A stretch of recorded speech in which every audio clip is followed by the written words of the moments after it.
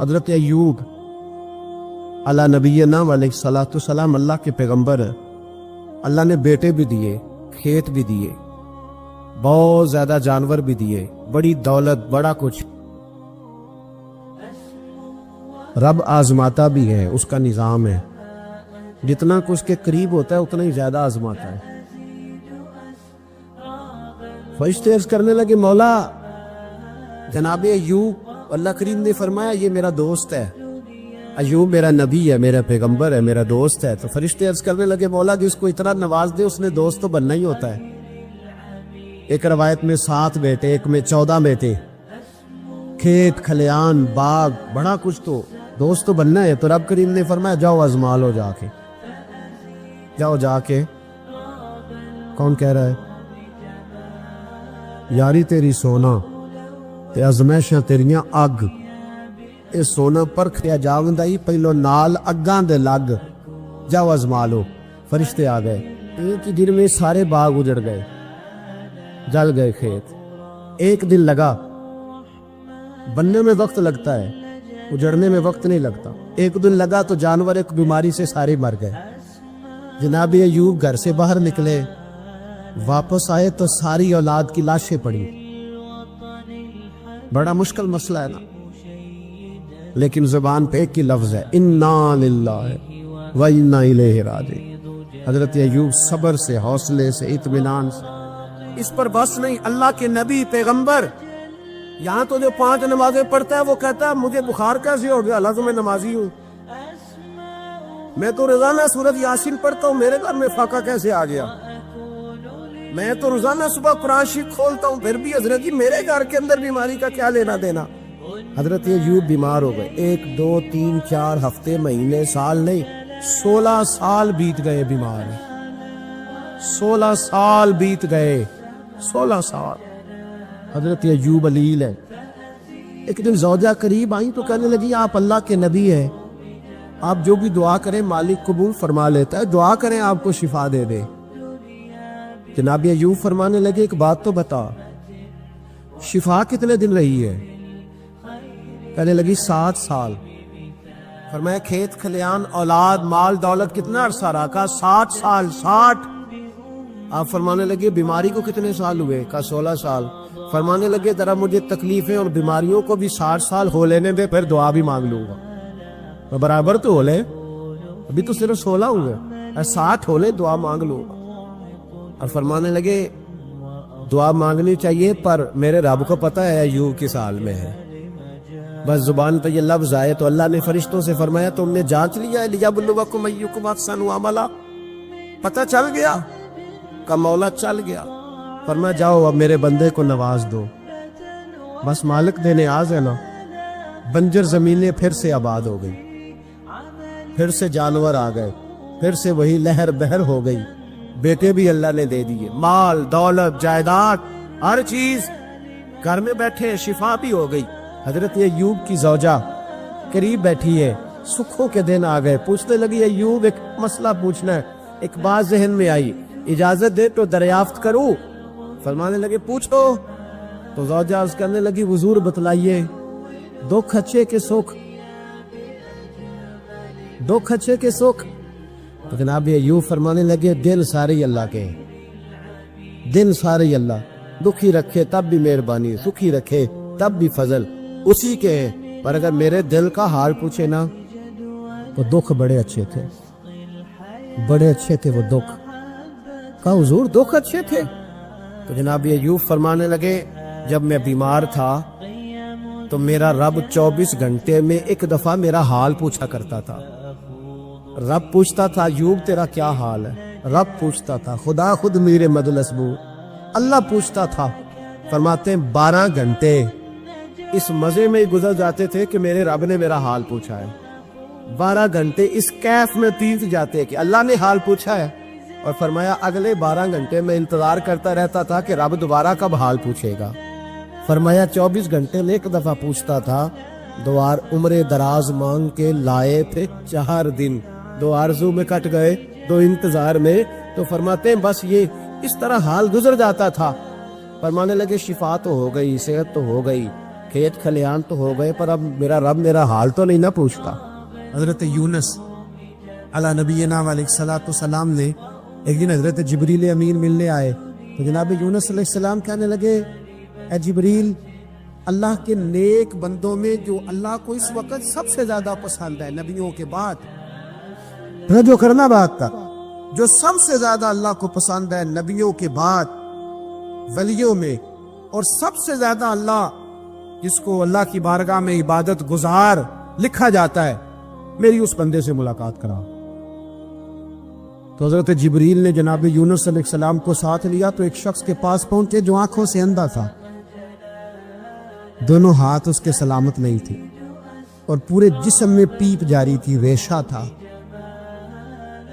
جب جا کے السلام علیکم کہا نا حضرت یونس نے، اس نے وعلیکم السلام کے بعد پہلا لفظ پتہ کیا کہا؟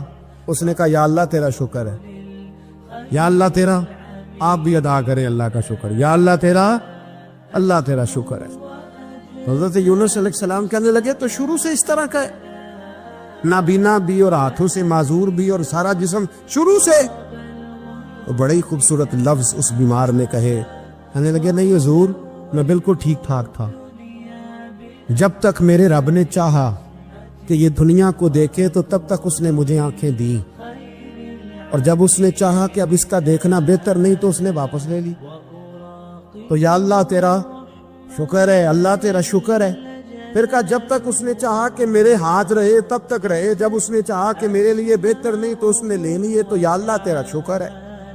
جب تک اس نے چاہا کہ میرا جسم صحیح و سلامت رہے تو رہا، اور جب اس نے چاہا کہ میرے لیے بہتر نہیں تو مجھے بیمار کر دیا، تو یا اللہ تیرا شکر ہے۔ تو حضرت یونس علیہ السلام کہنے لگے جبریل واقعہ یہ اللہ کا سب سے زیادہ شکر گزار بندہ ہے، سب سے زیادہ عبادت گزار بندہ ہے، سب سے زیادہ۔ حضرت شعیب علی نبینا علیہ الصلوۃ والسلام اتنا روئے کہ بینائی چلی گئی۔ صاحب رسالہ قشیریہ نے لکھا ہے آنکھوں کی روشنی ظاہری طور پر چلی گئی، اللہ نے پھر آنکھیں عطا کی۔ حضرت شعیب علیہ السلام پھر روئے، آنکھوں کی بینائی چلی گئی، اللہ نے پھر عطا کی۔ پھر روئے کہ آنکھوں کی بینائی چلی گئی، رب کریم نے پھر عطا کی۔ پھر ایک دن پوچھا مالک نے، کریم ہے نا جب چاہے پوچھے، بے نیاز ہے نا جب چاہے نہ پوچھے۔ اب پوچھا تیسری دفعہ، کہا اے شعیب اگر تو روتے ہو جنت کے لیے تو جنت آج سے ہی تمہارے نام کی، اور اگر روتے ہو دوزخ سے ڈر کے تو تمہیں آج سے آزاد کیا۔ سارا کچھ جانتا ہے رب، پر پوچھتا ہے بتاؤ نہ روتے کیوں ہو؟ خدا بندے سے خود پوچھے روتے کیوں ہو، بتاؤ نا۔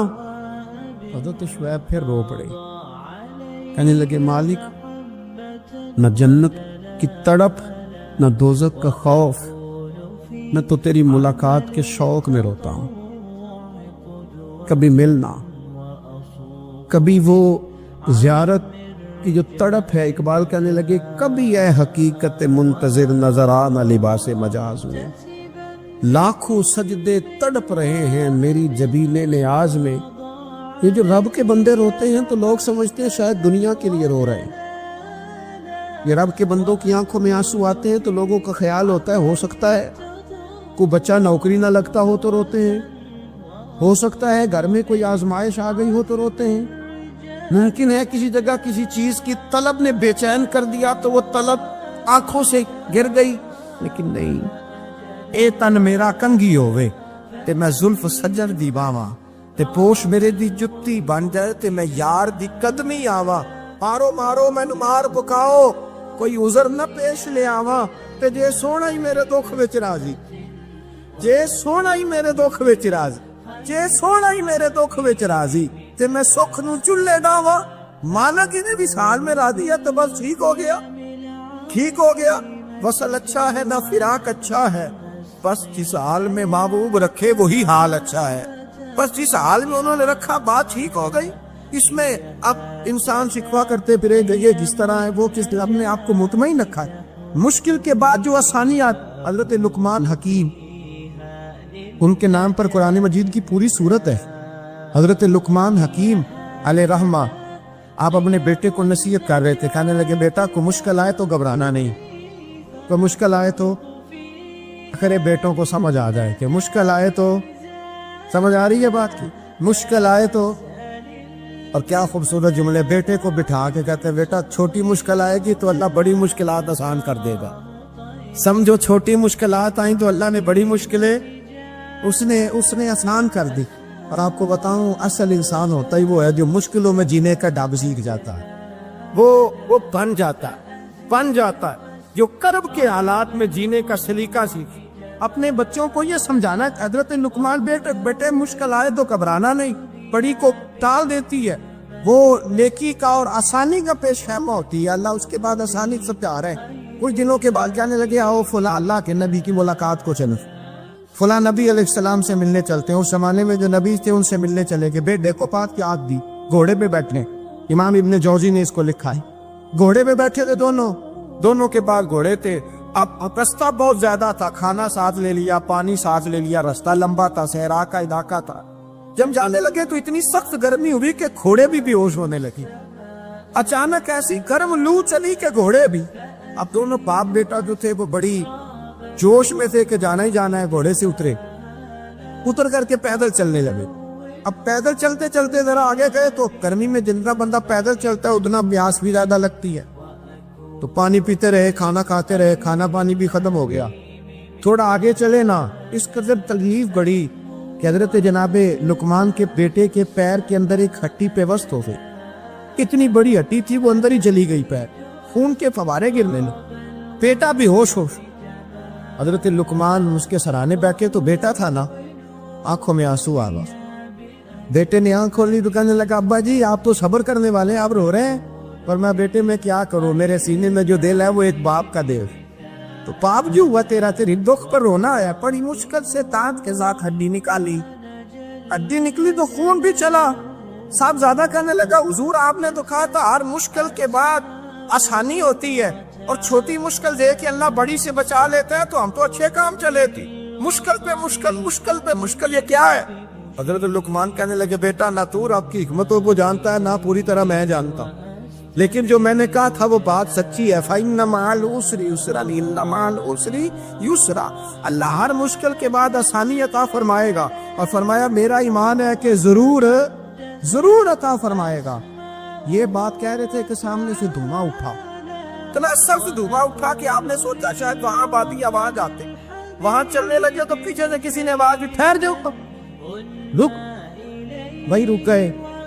تھوڑی دیر گزری تو کہا رک جاؤ. جب رکے تو ایک بولنے والا بولا، کہنے لگا تمہارے لیے تھوڑی دیر کے بعد جانوروں کا بندوبست کر دیا جائے گا، کھانے کا بھی بندوبست ہو جائے گا، بچے کا پیر بھی صحیح ہو جائے گا، چلے جانا لیکن ذرا ٹھہرو.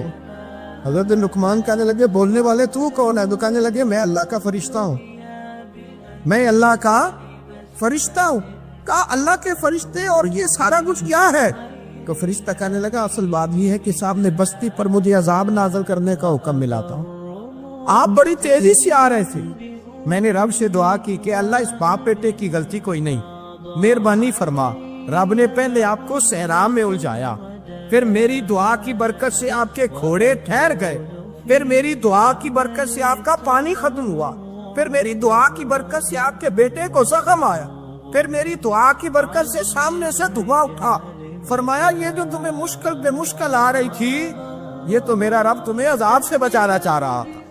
یہ جو تمہیں مشکل پر مشکل آ رہی تھی تو میرا مالک تمہیں عذاب سے بچا رہا، تم سمجھ نہیں رہے تھے. حضرت لقمان نے بیٹے کی طرف دیکھا تو بیٹے کہنے لگے ابا جی بات بالکل سچی ہے، افضل الذکر لا علم.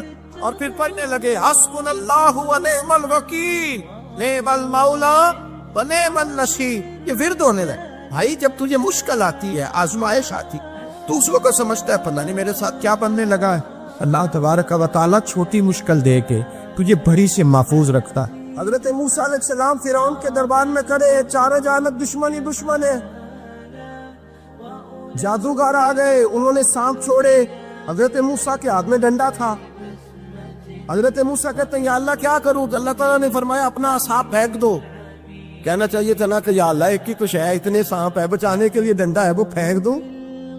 ڈنڈا پھینکا جاتا ہے، سانپ کو دیکھ کر کے قابو کیا جاتا ہے. یہ میرا اور آپ کا ذوق ہے نا، لیکن انبیاء کرام کا انداز ملاحظہ کیجیے میرے عزیزو. اللہ فرماتے ہیں ڈنڈا، اے موسیٰ ڈال دے اپنا عصا. پہلے نہیں فرمایا کہ سام بن جائے گا، فرمایا پر تو ڈال دے۔ میں اور آپ ہوتے ہیں تو سامنے ہے، ڈنڈا ہاتھ میں ہے، ہم کہیں گے عجیب بات ہے، یہی تو دفاع کی چیز ہے، اسی کو ڈال دوں تو بچوں گا کیسے؟ کہا ڈال دو، تو حضرت موسیٰ نے ڈال دیا، کہا میرے رب کا حکم ہے تو میرے لیے بہتر ہی ہوگا۔ اللہ فرماتے ہیں جب موسیٰ نے ڈالا تو میں نے اس ڈنڈے کو، اس عصا کو اژدہا بنا دیا۔ اب کبھی عصا بھی اژدہا بنے، کبھی چھڑی بھی بہت بڑا اژدہا بنی ہے، لیکن قرآن کہتا ہے جناب موسیٰ نے ڈالا تو اللہ نے اژدہا، بلکہ اس سے پیچھے چلیے، عورتیں کمزور یقین کی ہوتی ہے نا، جناب موسیٰ پیدا ہوئے تو اللہ فرماتے ہیں میں نے موسیٰ کی ماں کے دل میں بات ڈالی، ماں کے دل میں صندوق میں ڈال کے تو اس کو دریا میں بہا دے۔ حضرت موسیٰ کلیم اللہ علیہ السلام کے پاس اسرائیل روح نکالنے آئے تو حضرت موسیٰ نے تھپڑ مارا، آنکھ نکال دی، واپس گئے۔ اللہ انہوں نے تو جلال فرمایا، کہا موسیٰ علیہ السلام سے کہیے بیل کی پشت پر ہاتھ رکھیں، جتنے بال ان کے دست مبارک کے نیچے آئیں گے اتنے 1000 سال ان کی عمر بڑھا دی جائے۔ یعنی میرے کان میں کو بتا دے کہ جناب 60 سال بڑھ گئی، کیا آپ کے کان میں کو کہہ دے تو خوشی ہوتی ہے کہ نہیں؟ لیکن یہ حقیقت پسندی نہیں، اس لیے کہ 60 بھی گزر جائیں گے، 70 بھی، یہ حقیقت نہیں۔ حضرت موسیٰ چلے میں مثال دیتا ہوں، سمجھ لے 10 بال، حالانکہ بہت زیادہ آتے ہوں گے، 10 بال اگر حضرت موسیٰ کے ہاتھ کے نیچے آئے تو 10,000 سال تو عمر بڑھ گئی نا۔ 10 یعنی 10 سال نہیں، 10 100 نہیں، 10 بہت زیادہ تھی نا۔ تو حضرت موسیٰ کلیم اللہ علیہ السلام سے آ کے عرض کیا گیا حضور بیل کی پشت پر ہاتھ رکھیں، جتنے آپ کے ہاتھ کے نیچے بال آئیں گے اتنے 1000 سال عمر بڑھ جائے گی۔ تو حضرت موسیٰ نے حقیقت پسندی والی بات کی، فرمایا پھر کیا ہوگا؟ 10,000 سال کے بعد پھر کیا ہوگا؟ کہ حضور جانا تو پھر بھی ہے، فرمایا پھر ابھی چلتے۔ فرعون کو اس نے وہ خواب دیکھ لیا تھا کہ ایک ستارہ اٹھے گا اور پھر وہ گرے گا تو میری ساری سلطنت کو تباہ کر دے گا۔ نجومیوں سے اس نے پوچھ لیا، اس نے کہا کہ ایک بچہ پیدا ہوگا جو تیری سلطنت کو تباہ کرے گا۔ چاہیے تو یہ تھا کہ وہ توبہ کرتا، لیکن اس نے کیا کیا کہ اس نے بچوں کو قتل کرانا شروع کیا۔ یُسَبِّحُونَ أَبْنَاءَکُمْ، ذبح کرا دیتا تھا تمہارے بیٹوں، اور بچیوں کو وہ زندہ رکھتا تھا۔ تو حضرت موسیٰ جب پیدا ہوئے تو ان کی والدہ نے پتہ کیا کیا، ان کو ایک صندوق میں بند کر کے دریا میں بہا دیا۔ اب دریا میں بہتے جا رہے ہیں تو ماں کی تو پریشان بھی ہو گئی، ان کی ہمشیرہ کو کہنے لگی ذرا دھیان رکھنا کدھر جاتے ہیں۔ حضرت موسیٰ علیہ السلام دریا میں بہتے بہتے نا، فرعون نے نا دریا کے کنارے مکان بنایا ہوا تھا۔ آپ کو پتہ ہے بادشاہوں کا ذوق ہوتا ہے، آج کل ہمارے جو حکمران ہیں انہوں نے اس کا نام فارم ہاؤس رکھا ہوا ہے، میرا فارم ہاؤس، اور پرانے زمانے میں لوگ ڈیرا کہتے تھے۔ تو اس نے بھی اس طرح کا فارم ہاؤس بنایا ہوا تھا۔ وہاں پہ حضرت موسیٰ علیہ السلام تیرتے ہوئے تابوت کے اندر، صندوق کے اندر جا رہے ہیں۔ فرعون اور ان کی بیوی حضرت آسیہ بے اولاد تھی، بڑی تڑپ تھی بیٹے کی، وہ بھی وہاں کھڑی تھی۔ صندوق تیرتا ہوا آیا تو فرعون نے کہا کہ جاؤ پکڑ کے لاؤ دیکھو کیا ہے۔ جب وہ لے کے آئے نا تو آپ کی ہمشیرہ جو نگرانی کر رہی تھی پریشان ہو گئی کہ یہ تو اس کے ہاتھ لگ گئے، یہ تو اب مار ڈالے گا۔ لیکن جب خوبصورت اور چمکتا ہوا بچہ دیکھا تو بی بی آسیہ کہنے لگی یہ بنی اسرائیل کا ہے ہی نہیں، یہ تو پتہ نہیں کہاں سے بہتا ہوا یہاں آ گیا ہے، تو ایسے ہی چھوڑ، یہ پتہ نہیں کہاں سے آیا، رکھ نہ لیں، رکھ نہ لیں۔ تو حضرت موسیٰ علیہ السلام وہ کہنے لگا نہیں انہی کے ہیں، موسیٰ علیہ السلام اسی کے ہیں۔ تو آسیہ کہنے لگی تیرے تو سر پہ نا بس بھوت ہی سوار ہو گیا، ہر وقت وہی لوگ تجھے یاد رہتے، یہ پتہ نہیں کہاں سے بہ کے آئے۔ اب رکھ لیا، مان گیا فرعون، آپ فرعون کے گھر میں جو اس لیے بچے مروا رہا تھا کہ میری سلطنت حضرت موسیٰ پیدا نہ ہو جائے، تو اسی کے گھر میں پرورش پانے لگے، اسی کے گھر میں۔ اب عورتیں منگائیں گئی دودھ پلانے کے لیے، تو حضرت موسیٰ علیہ السلام کسی بی بی کا دودھ نہیں پیتے، تو آپ کی ہمشیرہ نہ وہی دائیں بائیں گھومتی رہتی۔ تو کہنے لگی جناب آسیہ سے کہ میں ایک بی بی کو جانتی ہوں، بڑی صاف ستھری ہے، مجھے امید ہے یہ بچہ اس کا دودھ پیے گا۔ تو فرعون کہنے لگا دوڑ کے لا، تو اپنی والدہ کو لے کے آئی، تو حضرت موسیٰ نے فوراً دودھ پینا شروع کر دیا۔ فرعون کو پھر تھوڑا شک ہوا، ایک روایت یوں بھی لکھی ہے بعض لوگوں نے کہ فرعون ایک دن اٹھایا ہوا تھا حضرت موسیٰ کی، ابھی تھوڑی سی عمر تھی، تو آپ نے اس کی داڑھی پکڑ کے تو ایک گھونسا دے مارا، جلالی تو شروع سے ہے نا، تو کہنے لگا آسیہ تو مان نہ مان یہ بچہ وہی ہے۔ حضرت بی بی آسیہ کہنے لگی کہ تجھے غلط فہمی ہے، یہ وہ نہیں ہے۔ اس نے کہا دیکھو نا، یہ تو اٹھاتی ہے تو پیار کرتا ہے، اور میرے جب قریب آتا ہے تو اس کے لب و لہجے میں تلخی محسوس کرتا ہوں۔ اس نے کہا بچوں کو کیا پتا۔ خیر، ایک طرف اس نے کھانے پینے کی چیزیں رکھ دی، ایک طرف انگارے رکھ دیے، وہ بھی حضرت آسیہ کہتی ہے کہ تجھے سمجھ آئے بچے بچے ہوتے۔ حضرت موسیٰ بچے تو تھے، پر تھے تو اللہ کے نبی نا، اللہ کے نبی تھے۔ جب اس نے کہا نا یہ بچے ہیں، تو حضرت موسیٰ علیہ السلام بجائے اگلاروں کی طرف جانے کے، نبی تھے، وہ سیدھے کھانے پینے والی چیزوں کی طرف بڑھنے لگے۔ فرعون کہنے لگا آپ بتا۔ اللہ تعالیٰ نے حضرت جبریل کو بھیجا، انہوں نے کہا ادھر نہیں جانا، آپ ادھر جائیے۔ تو آپ آگ کی طرف گئے اور ایک کوئلہ اٹھا کے زبان پہ رکھ لیا۔ واسی کہنے لگی سمجھ آئی، بچے کو کیا پتا کدھر جانا ہے کدھر نہیں جانا، اگر وہ اتنا ہی خیال ہوتا وہی بچہ ہوتا تو آگ۔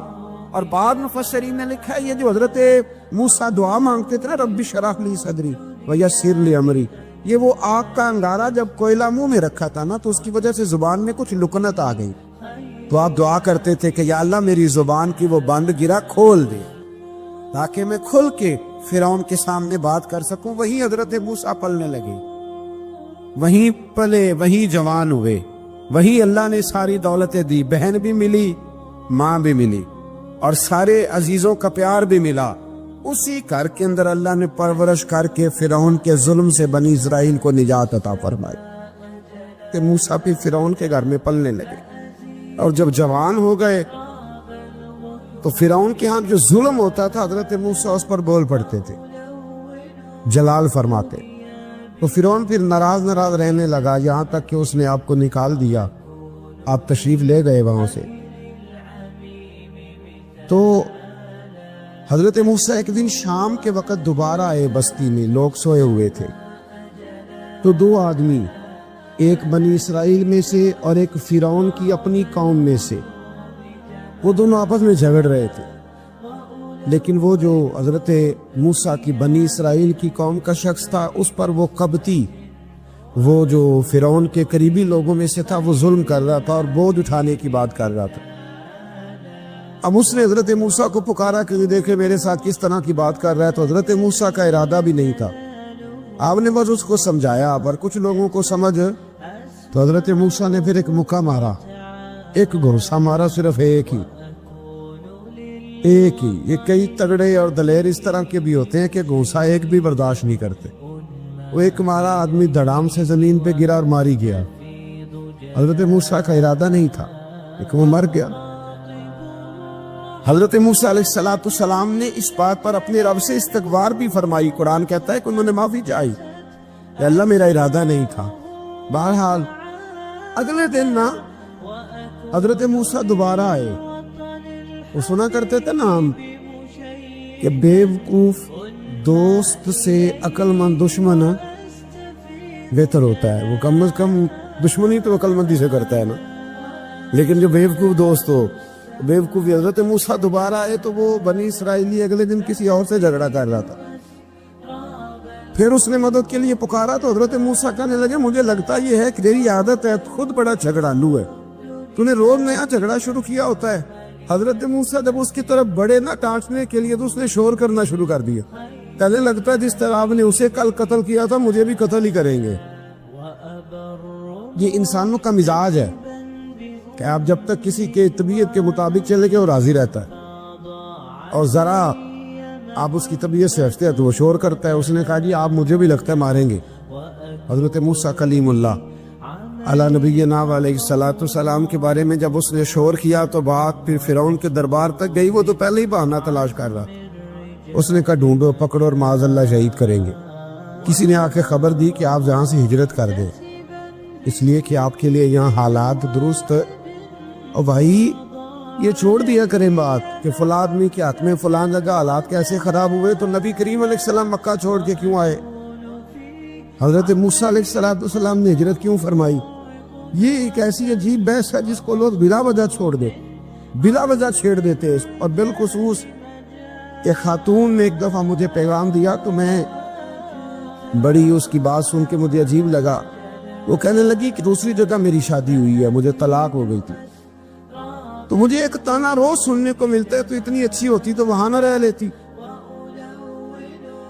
تو بھئی یہ کتانے والی بات ہے. کوئی ضروری ہے کہ بیوی غلط ہوتی ہے تو طلاق ہوتی ہے؟ اللہ کے محبوب علیہ السلام کی 2 صاحبزادیوں کو ابو لہب کے 2 بیٹوں نے طلاق بھیج دی تھی. کس کی غلطی تھی؟ آپ کیا کہہ سکتے ہیں یہاں کیوں طلاق؟ تو اتنی جلدی بات تھوڑی کر دیں گے آپ, تھوڑی احتیاط فرمائیں بول دیں. حضرت موسیٰ علیہ السلام وہاں سے نکلے اور آپ مدین کی طرف چلے گئے. مدین وہ علاقہ تھا جہاں فرعون کی حکومت کوئی نہیں تھی.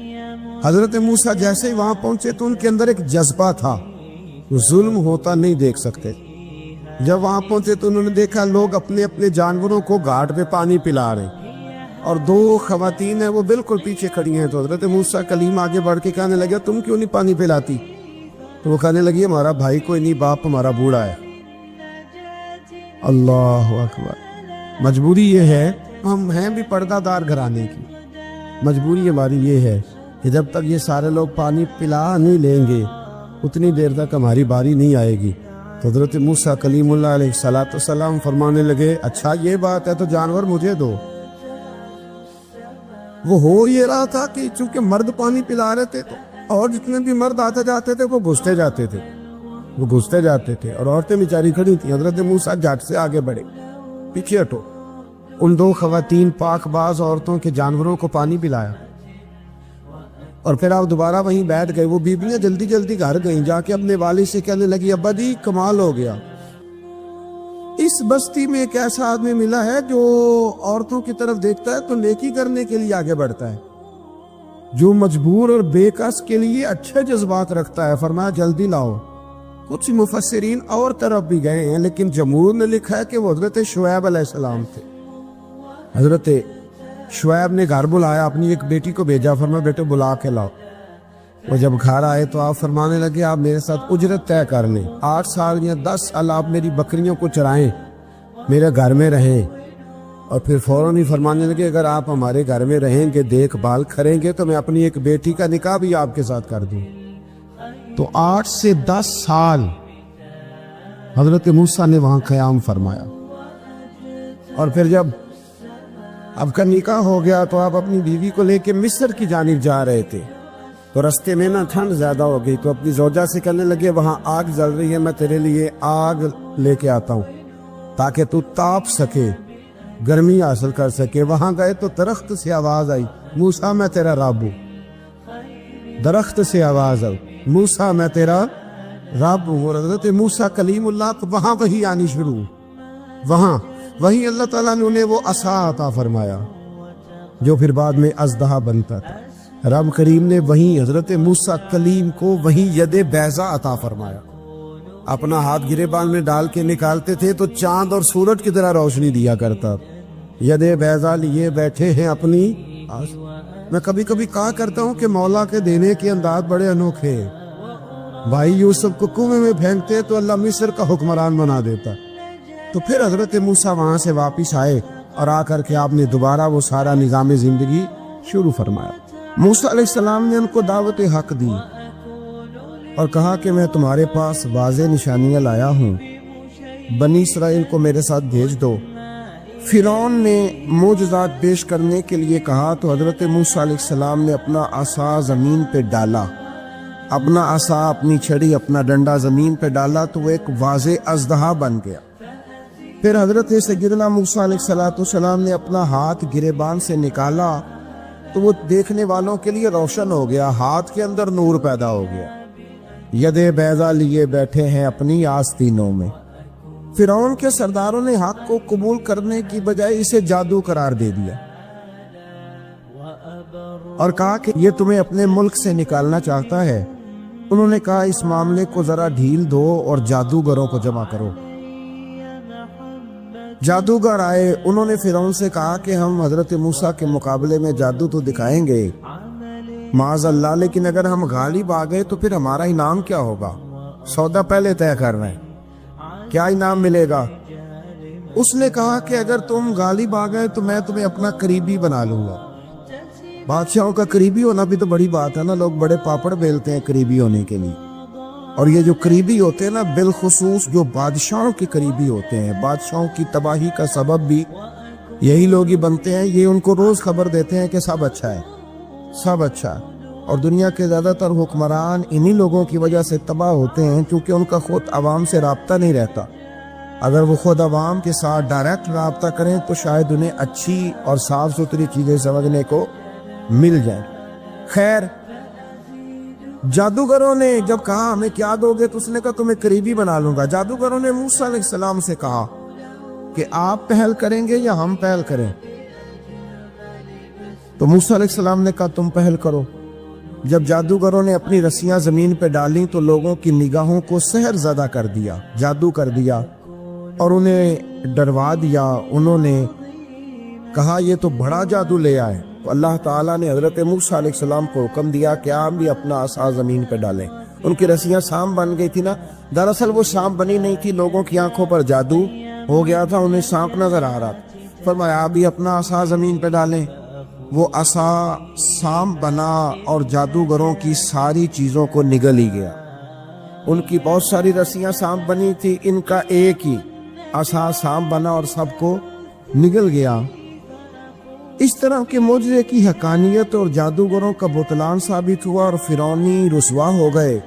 جادوگر سجدے میں گر گئے اور اللہ پر ایمان لے آئے. فرعون نے انہیں دھمکی دی کہ تم میری اجازت کے بغیر ایمان لے آئے ہو، میں تمہارے ہاتھ اور پاؤں مخالف سمت سے کاٹ دوں گا. یعنی الٹا ہاتھ کاٹ دوں گا، سیدھا پیر کاٹ دوں گا. میری بغیر اجازت ایمان لے آئے ہو، اور تمہیں سولی پہ بھی چڑھوا دوں گا. انہوں نے کہا کہ ایمان لانے کی پاداش میں تم ہمیں سزا دینا چاہتے ہو. پھر انہوں نے اللہ تعالیٰ سے صبر اور استقامت کی دعا کی. اس کے بعد فرعون نے بنی اسرائیل کے بیٹوں کو قتل کرنے کی اور بیٹیوں کو زندہ چھوڑنے کا حکم دے دیا. موسیٰ علیہ السلام نے قوم کو صبر کی تلقین کی اور کہا کہ نیک انجام اہل تقوی کے لیے. یہاں ایک لطیف بات ہمارے صوفیاء نے بھی لکھی ہے. صوفیاء کہتے ہیں کہ فرعون نے کلمہ نہیں پڑھا اور جادوگر کلمہ پڑھ گئے. وہ کس طرح کلمہ پڑھ گئے؟ تو کہنے لگے دراصل انہوں نے آتے ہی حضرت موسیٰ کا ادب بڑا کیا تھا. جادوگر حضرت موسیٰ کے مقابلے میں آ کے بھی ان سے کہتے ہیں کہ رسیاں آپ پہلے ڈالیں گے کہ ہم ڈالیں، آپ عصا پہلے رکھیں گے کہ ہم رکھیں. تو اتنا سا ادب کیا تو رب کریم نے فرمایا جو نبی کا ادب کرے وہ بے ایمان نہیں رہ سکتا. جو نبی کا ادب کرے وہ بے ایمان نہیں رہ سکتا، اور جو نبی کی بے ادبی کرے وہ ایماندار نہیں رہ سکتا. ختم ہو گئی بات. یہاں ہمارے صوفیاء نے یہ بات لکھی ہے کہ چونکہ انہوں نے آتے ہی کہا تھا کہ آپ پہلے ڈالیں گے یا ہم پہلے ڈالیں، تو حضرت موسیٰ سے انہوں نے پوچھ لیا. نبی کے پوچھے بغیر پہل لکھی تو اللہ نے انہیں ایمان کی دولت عطا کر. اللہ تعالیٰ نے فرعونیوں پر قحط سالی کا عذاب نازل کیا. فرعونیوں کا طریقہ یہ تھا کہ اچھائی کو اپنا کمال گردانتے تھے، کہتے تھے یہ ہماری طرف سے، اور برائی کو معاذ اللہ بدشگونی کے طور پر موسیٰ علیہ السلام کی طرف منسوب کرتے تھے. کہتے تھے معاذ اللہ آپ کی وجہ سے یہ سارا کچھ ہو رہا ہے. ہوتے نا، نہیں کہتے ہیں جب سے میں وہاں گیا ہوں تب سے. ہمارے بزرگ ایک لطیفہ بھی سنایا کرتے تھے کہ کسی زمیندار نے نماز پڑھنی شروع کی تھی تو اس کے جانور مرنے شروع ہو گئے. اب لوگ سمجھتے ہیں کہ معاذ اللہ شاید یہ کسی بزرگ کے سبب سے ایسا ہے، حالانکہ یہ تو اللہ کی طرف سے آزمائش ہوتی ہے، اس کی حکمتیں ہوتی. اللہ تبارک و تعالیٰ نے ان پر عذاب کیا نازل کیا. آیت نمبر 130 اور 143 کا بھی آپ سورہ اعراف کی پڑھیں. اللہ تعالیٰ نے ان پر ٹڈیوں کا، چوہوں کا، مینڈکوں کا اور خون کا عذاب نازل کیا. یہ کس قسم کا عذاب ہے؟ جمعے پڑ گئے، ٹڈیاں آ گئیں، یہ اللہ نے عذاب نازل کیا. سورہ یوسف کا ذکر فرمایا اور ارشاد فرمایا جا رہا ہے کہ الف لام را یہ حروف مقطعات ہیں. فرمایا تلک آیات الکتاب المبین، یہ آیتیں ہیں کھلی ہوئی روشن کتاب کی. فرمایا انا انزلناہ قرآنا عربیا لعلکم تعقلون، بے شک ہم نے قرآن کو عربی میں اتارا ہے تاکہ آپ لوگ اسے خوب سمجھ لیں. ارشاد فرمایا جا رہا ہے نحن نقص علیک احسن القصص، ہم بیان کرتے ہیں آپ سے ایک بڑا ہی پیارا قصہ. احسن القصص، قصوں میں سے ایک بڑا پیارا قصہ. بما اوحینا، تاکہ ہم اس قرآن کے ذریعے جو ہم نے آپ کی طرف نازل کیا ہے، ہم ایک پیارا قصہ آپ سے بیان کرتے ہیں وَإِن كُنتَ مِن قَبْلِهِ لَمِنَ الْغَافِلِينَ، اگرچہ اس سے پہلے آپ اس کی خبر رکھنے والوں میں سے نہ تھے۔ قصہ کیا ہے؟ قصہ یہاں سے شروع ہوتا ہے، اِذْ قَالَ يُوسُفُ لِأَبِيهِ، جب کہا حضرت یوسف علیہ السلام نے اپنے باپ سے، کیا کہا یا ابدی، اے میرے باپ، انی رأیت احد عشر کوکبا، بے شک میں نے خواب میں دیکھے ہیں 11 ستارے، والشمس اور سورج، والقمر اور چاند، رأیتہم لی ساجدین، کہ وہ مجھے سجدہ کر رہے تھے۔ یہ خواب دیکھا حضرت ابراہیم علیہ السلام کے بیٹے حضرت اسحاق علیہ السلام، اور حضرت اسحاق علیہ السلام کے صاحبزادے حضرت یعقوب علیہ السلام۔ حضرت یعقوب علیہ السلام نے کئی نکاح فرمائے، اللہ نے آپ کو 12 بیٹے عطا فرمائے۔ 2 بیٹے تھے آپ کے، حضرت یوسف علیہ السلام اور حضرت بنیامین علیہ السلام، جو ایک والدہ سے تھے۔ حضرت یوسف علیہ السلام بڑے حسین و جمیل تھے، بڑے خوبصورت تھے۔ کچھ لوگ ظاہراً خوبصورت ہوتے ہیں تو کچھ کی ساتھ عادتیں بھی بڑی خوبصورت ہوتی، بڑے نفیس، بڑے فرما بردار، بڑی میٹھی ٹھنڈی بات کرنے والے۔ ہوتا یہ ہے کہ جب کہ بچہ پیارا بھی ہو اور عادتیں بھی اچھی ہوں تو ماں باپ کی آنکھوں کا تارا بن جاتا ہے، باقی محنت کرنے کی بجائے شکوہ کرنا شروع کر دیتے۔ تو حضرت یوسف علیہ السلام کے والد حضرت یعقوب علیہ السلام اپنے بیٹے سے بڑا پیار کرتے تھے۔ اور آج اس واقعے میں آپ کو یہ بھی سمجھ آئے گی کہ ساری زندگی لوگوں نے ماں بیٹے کا پیار بیان کیا ہے، یہ وہ واقعہ ہے جس نے باپ بیٹے کا پیار بیان کیا اور انوکھے انداز میں بیان کیا، یعنی باپ اور بیٹے کے پیار کا بھی کوئی شخص کسی جگہ تصور کر سکتا، اسے ماپا اور تولا جا سکتا نہیں ہے۔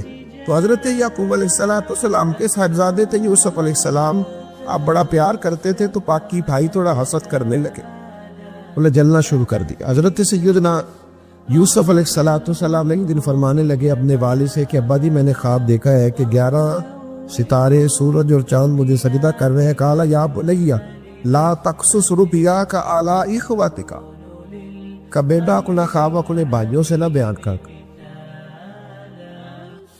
اپنا خواب اپنے بھائیوں سے نہ بیان کرنا، فیکیدوا لک کیدا، ہو سکتا ہے وہ تیرے خلاف کوئی سازش رچے۔ کیوں رچے؟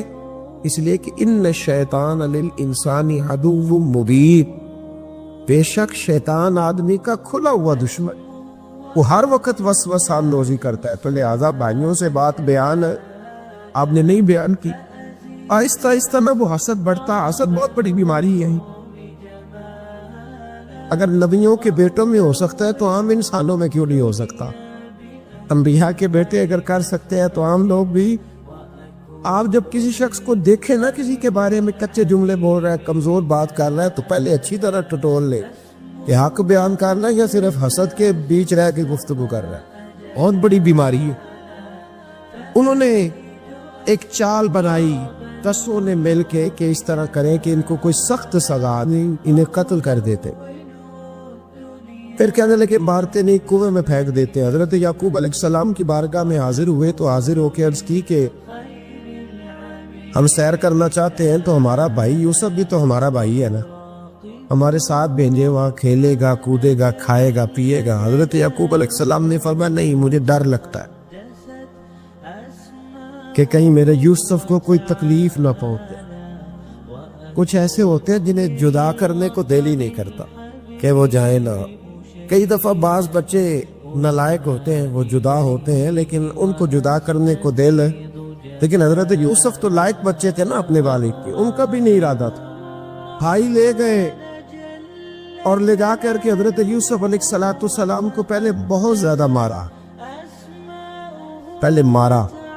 پھر حضرت یوسف علیہ السلام کا کرتا اتار کے ان کے ہاتھ باندھے، پھر بڑے بھائی نے یہودا نے رسی کے ساتھ باندھ کے کنویں میں لٹکا دیا، اور پھر جب درمیان میں پہنچے تو پھر رسی کو کاٹ دیا۔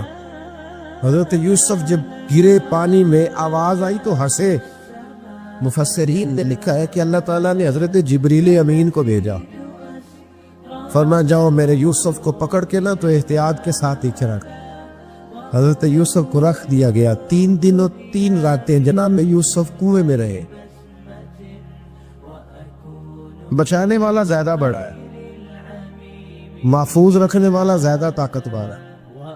3 دن اور 3 راتیں کنویں میں رہے۔ انہوں نے کیا کیا کہ حضرت یوسف کا کرتا چونکہ اتار لیا تھا، 2 کرتے انہوں نے پہنے ہوئے تھے، بعد مفسرین نے لکھا ہے ایک تو کرتا وہ تھا جنہوں نے استعمال کیا، تو ایک کرتا بطور تعویذ کے حضرت یعقوب نے ان کے گلے میں ڈال دیا بطور برکت کے، تو وہ کرتا بھی ان کے گلے میں تھا۔ ایک کرتے سے انہوں نے باندھ دیا، دوسرا کرتا جو تھا نا اس کو خوند لگا کے نا بکری کا، تو حضرت یعقوب کے پاس آئے اور جب دروازے تک پہنچے تو شور کرنے لگی زور زور سے۔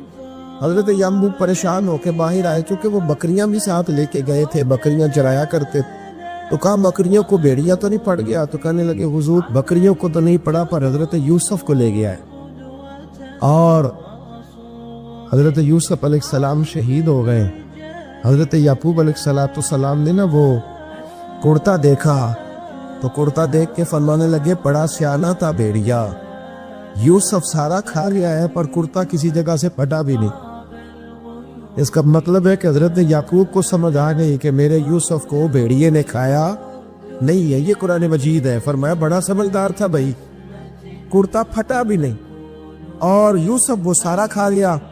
اب یہ روز وہاں بکریاں چرانے جاتے تھے، یا جناب یعقوب تو رونے لگے تو بھائی روز جاتے تھے، جان جان کے دیکھتے کہ یوسف ہے کہ نہیں۔ تیسرے دن ایک قافلہ وہاں سے گزرا جو مصر جا رہا تھا، انہوں نے پانی نکالنے کے لیے جب ڈول لٹکایا تو حضرت یوسف نے پکڑ لیا۔ اس شخص نے حضرت جناب یوسف علیہ السلام کو اوپر کھینچا، جب اب آپ بھی اوپر زندہ نکل آئے تو بھائی پھر حیران ہو گئے، ابھی بھی شکر ادا نہیں کیا کہ 3 دن کے بعد دیکھو اللہ نے کتنا فضل فرمایا ہے۔ لیکن وہ پھر کہنے لگے قریب آ کے نا اس سے یہ ہمارا بھاگا ہوا غلام ہے، اگر تمہیں چاہیے تو لے لو، سستا بیچ دیں گے۔ حضرت یوسف کا قول بعد مفسرین نے لکھا ہے، آپ فرماتے ہیں کہ مجھے جب انہوں نے تھپڑ مارے تو اتنی تکلیف نہیں ہوئی، کنویں میں پھینکا تو اتنی تکلیف نہیں ہوئی، تکلیف تب ہوئی جب انہوں نے مجھے بھائی نہیں مانا اور کہنے لگے یہ ہمارا بھاگا ہوا غلام ہے۔ تو کہا کتنے کا بیچو گے؟ کہا تم 20 درہم دے دو اور لے لو۔ 20 درہم کا جناب یوسف کو بیچ دیا۔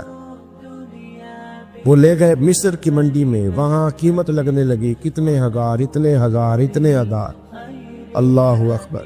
جناب یوسف کہتے میں نے وہ رنگ بھی دیکھا کہ جب میرا باپ سب سے بڑھ کر مجھ سے پیار کرتا تھا، اور آج میں وہی یوسف ہوں جس کی بولیاں لگ رہی، جس کی بولیاں لگ رہی۔ عزیز مصر آ گیا، مصر کا جو مال خزانہ کا مالک تھا وہ شخص آ گیا۔ اس میں بھی کئی اقوال ہیں کہ وہ بادشاہ تھا کہ کیا تھا، بہرحال عزیز مصر آیا، خزانوں پر قبضہ اسی کا تھا۔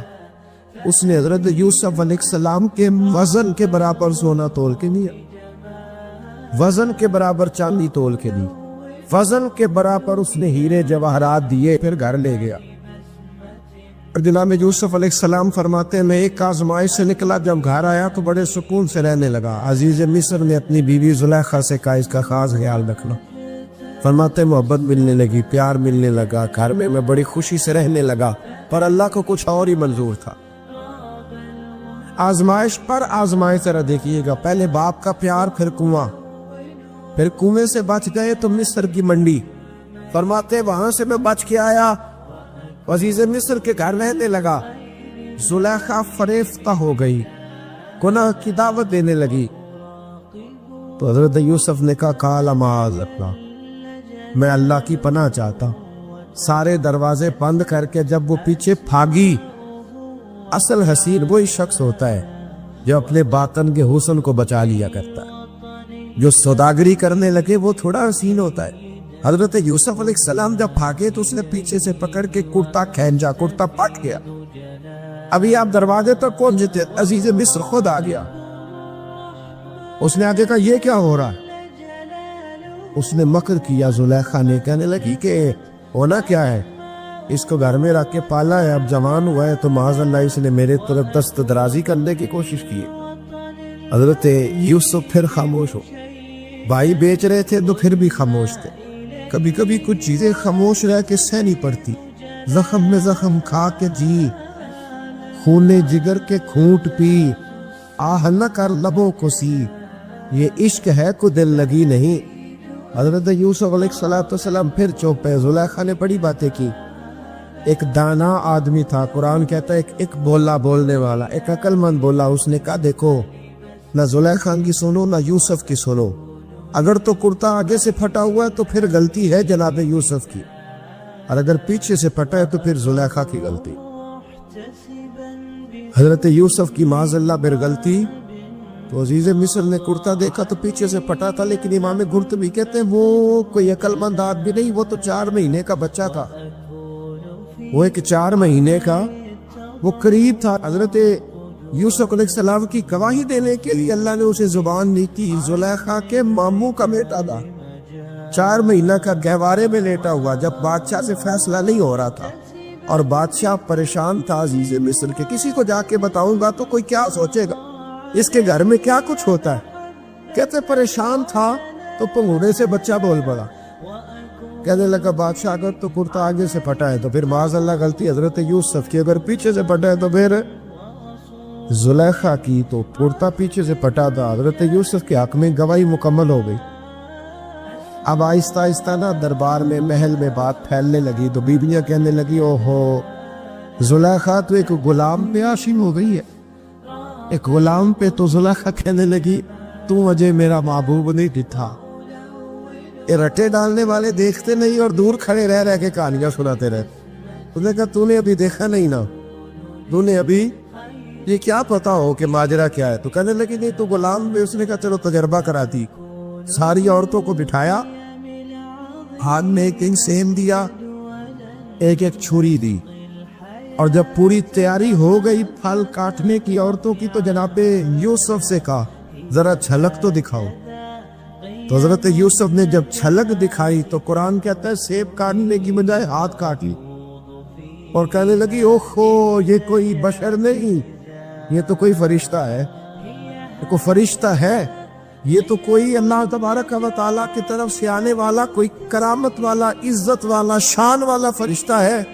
تو زلیخا کہنے لگی سمجھ آئیے پھر تو مجھ پر شکوہ کرتی تھی.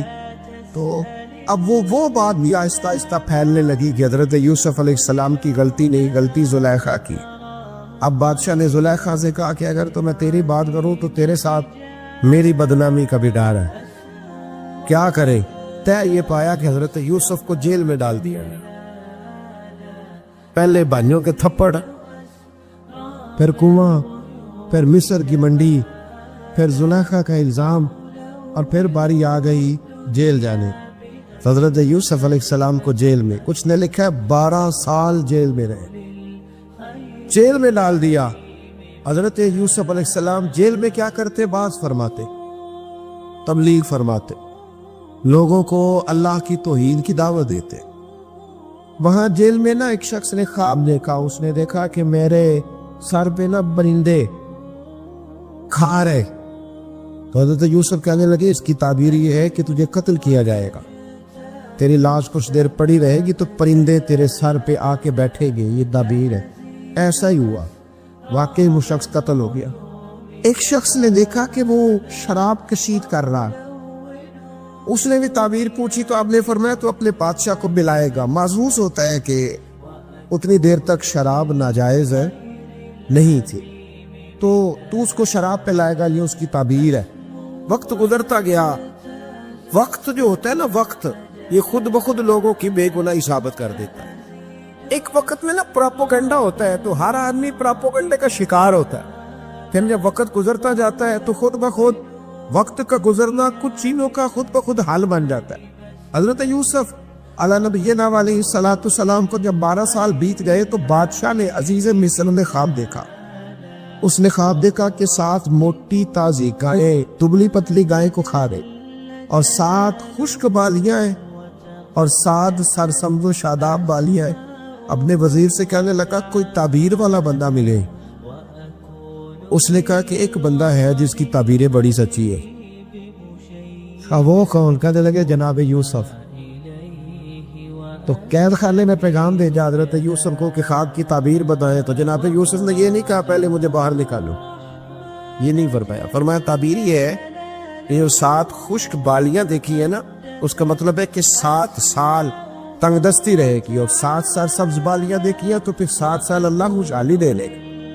اور فرمایا یہ جو تم نے کائیں دیکھی ہے موٹی تازی وہ کھا گئی، اور میں اس کی تعبیر یہ ہے کہ کوشش کرنا جو تمہارے پاس دن یہ چل رہے ہیں جن میں سرسبز و شاداب ہے کھیتیاں، تو 7 سالوں کے لیے اناج جمع کر لینا، بالیوں کے اندر ہی رہنے دینا، باہر نہ نکال، اور پھر اگلے جو خشک سال ہوگے نا وہ یہ جو جمع پونجی کی ہوگی نا اس کی برکت سے وہ 7 سال آسانی سے۔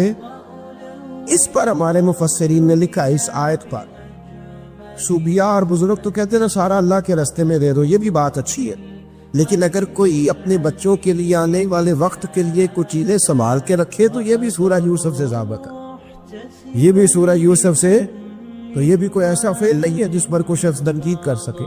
عام دام برسر مطلب حضرت یوسف نے جب تعبیر بتائی تو بادشاہ کہنے لگا کہ انہیں باہر نکالو، آپ فرمانے لگے میں نہیں نکلتا بھائی، نہیں نکلتا میں جیل سے، یہی ٹھیک ہوں میں، آپ کیوں نہیں نکلتے؟ کہنے لگے پہلے اعلان کر کے لوگوں کو بتا کہ میں بے قصور ہوں، وہ جو تو نے پراپوگنڈا کیا نا اپنے منہ سے اعلان کر۔ اس نے جناب زلیخا کو بلایا، ان عورتوں کو بلایا، وہ عورتیں ساری سامنے آئیں، انہوں نے گواہی دی کہ یوسف تو بے گناہ ہے۔ پر سال کتنے لگ گئے؟ اللہ اکبر، 12 سال لگ گئے۔ یقین کرے کچھ لوگوں کو یہ ثابت کرنے میں نہ کہ میں ٹھیک ہوں زندگی بیت جاتی، اور میں تمہارا خیر کا ہوں زندگی بیت جاتی ہے۔ لوگوں کو ہوش تب آتی ہے جب مزار پر چادر ڈالنے کا ٹائم آ جاتا ہے، ہوش تب آتی ہے، لیکن پھر ہوش کا کوئی فائدہ۔ 12 سال کے بعد بادشاہ نے ان کو بلایا اور کہنے لگا کہ یہ جو خواب میں نے آپ کو سنایا اب کرنا کیا ہے؟ تو حضرت یوسف کہنے لگے تم سے کچھ بھی نہیں ہوگا، اگر کچھ کرنا ہے تو پھر یہ خزانے کی ذمہ داری میری لگاؤ، اگر کوئی قابل آدمی ہو تو وہ آگے بڑھ کے بات کر سکتا ہے، یہاں ہر بندے آگے بڑھ کے کہتا ہے مجھے دے دو ڈیوٹی، لیکن کامل ہو تو وہ آگے بڑھ کے بات کرے اور سمجھے کہ میرے علاوہ کسی کے لیے مشکل ہے تو پھر وہ آگے بڑھے۔ حضرت یوسف نے جب کہا تو انہوں نے آپ کو وزیر خزانہ بنا دیا، پھر ایک وقت آیا کہ وہ عزیز مصر ہی بن گئے، قحط پڑ گیا، جب مصر میں قحط پڑا تو دائیں بائیں میں قحط پڑا، کنعان کے آپ رہنے والے تھے وہاں بھی قحط پڑا، حضرت یعقوب بیٹے کی یاد میں رو رو کے تو آنکھوں کی بینائی چلی گئی۔ اور یارو باپ بھی بڑا ہی پیار کرتا ہے، بڑا ہی پیار کرتا ہے، بڑا ہی، پتہ ہے باقی تمہیں تحفے دیتے ہیں، باقی تم سے محبت کرتے ہیں، تو باپ تو بیٹے کو اپنی جوانی دے دیتا ہے، اپنی جوانی اپنے بیٹے کے نام کر دیتا ہے، باپ بھی بڑا ہی پیار کرتا ہے۔ سنگیو کوئی نہیں تول سکتا، بچے ایسے گھوم رہے ہوتے ہیں نا آپا جی کے سامنے تو ان کا اٹھنا بیٹھنا چلنا ہی بڑا پیارا لگتا ہے، کہاں آنا جانا ہی بڑا پیارا لگتا ہے۔ باپ کا تو قدر روز اونچا ہوتا ہے کہ اللہ نے مجھے لال عطا فرمایا۔ حضرت یعقوب کی آنکھوں کی بینائی چلی گئی رو رو کی۔ بھائی حضرت یوسف کے جب قحط پڑا تو انہیں پتا چلا کہ ایک واحد شہر مصر ہے جہاں گندم سٹاک ہے، کیونکہ حضرت یوسف کو پتا تھا، خواب بادشاہ دیکھ چکا تھا، تو آپ نے مال 7 سالوں کے لیے جمع کر لی۔ اب بھائی آئے، اللہ اکبر، دشمن سامنے نظر آئے، مخالف حاسد، تو پھر انسان ٹھہرا رہے اور انسان کمزور نہ ہو، طاقتور، اتنا طاقتور ہو کہ حکمران ہی بن گیا ہو۔ ذرا نبیوں کے حوصلے بھی دیکھ، پیغمبروں کے حوصلے بھی دیکھنا۔ بھائی آئے کا گندم چاہیے تو جناب یوسف نے اوہو پائیاں جیا ساک نہیں کو جو وچ خار نہ ہوئے۔ ہاں امیہ صاحب فرمایا کرتے تھے بھائی پائیاں دیا باواں ہوتے تھے، بھائی پائیاں دے ویری۔ بھائی جیسے ہی داخل ہوئے تو جناب یوسف کی آنکھیں پار آئے، رو پڑے، او میرے بھائی آ گئے، رو پڑے۔ وزیر مشیر دائیں بائیں دیکھتے ہیں کہ حضرت یوسف کو کیا ہوا، رو پڑے اور بھر بھر کے گندم دی، اس کو اشارے کرتے چل تھوڑی اور ڈال، چل تھوڑی اور ڈال دے۔ جب بانیوں کو دے چکے تو پھر فرمانے لگے کہ شاید اس سے گزارا نہ ہو، ضرورت پڑی تو دوبارہ بھی آ جا۔